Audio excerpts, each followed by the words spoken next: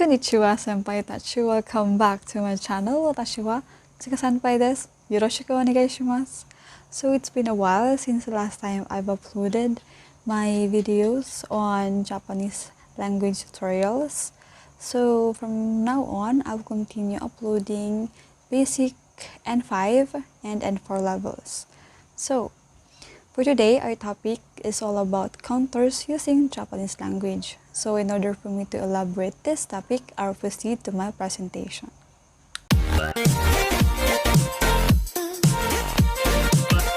So for today's topic is counters using Japanese language. So without further ado, let's go on. So first natin is ang things, counters sa mga bagay. So ang counter sa mga bagay is tsu. Tsu. So sa 1 is hitatsu, 2 is futatsu, 3 is mitsu, 4 is yotsu, 5 is itsutsu, 6 is mutsu, 7 is nanatsu, 8 is yatsu, 9 is kokonotsu, 10 is tou. So, ang interrogative naman natin dito ay ikotsu. Ikotsu. Ikotsu. Hai, tsugi. Persons. So, persons naman, iba naman. So, kung sa English, it's one person. Sa Filipino is isang tao. Sa Japanese is hitori. One person is hitori. Dalawang tao is futari. Futari. 3 is sangnin. 4 is yonin.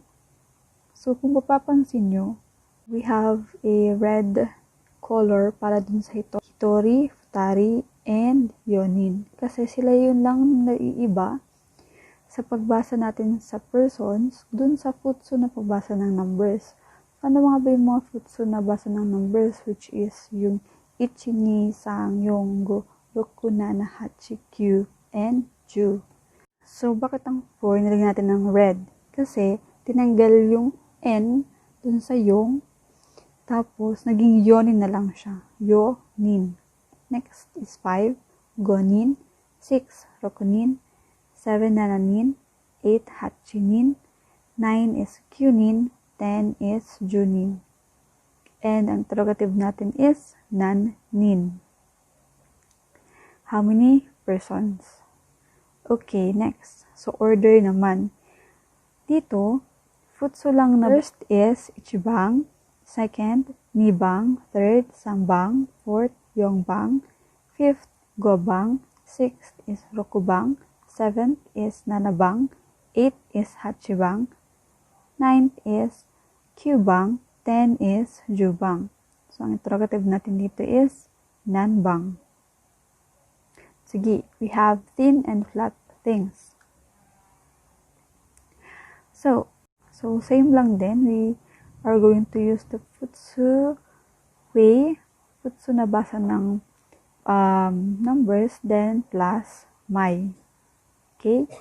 So, 1 is ichimai, 2 is nimai, 3 is sangmai, 4 is yongmai, 5 is gomai, 6 is rokumai, 7 is nanamai, 8 is hachimai, 9 is kyumai, 10 is jumai, and interrogative natin is nanmai.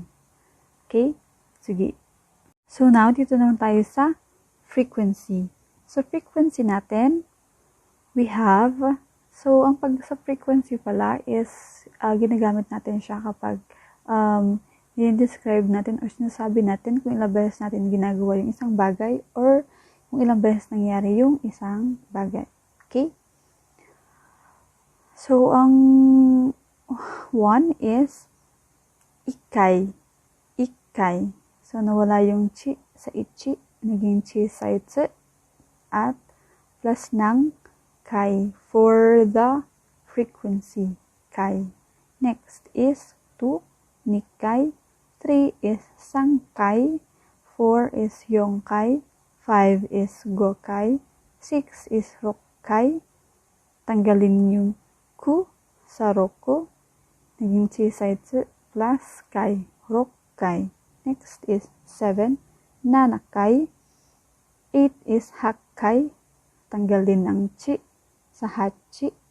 Plus kai.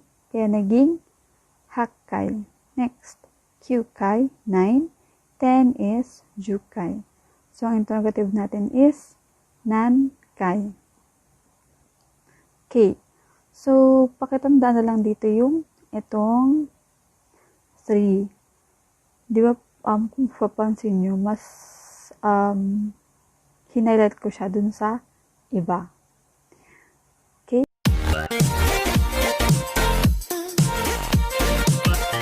Hi! What it is? That will be all for today. Senpai, thank you for watching on this video.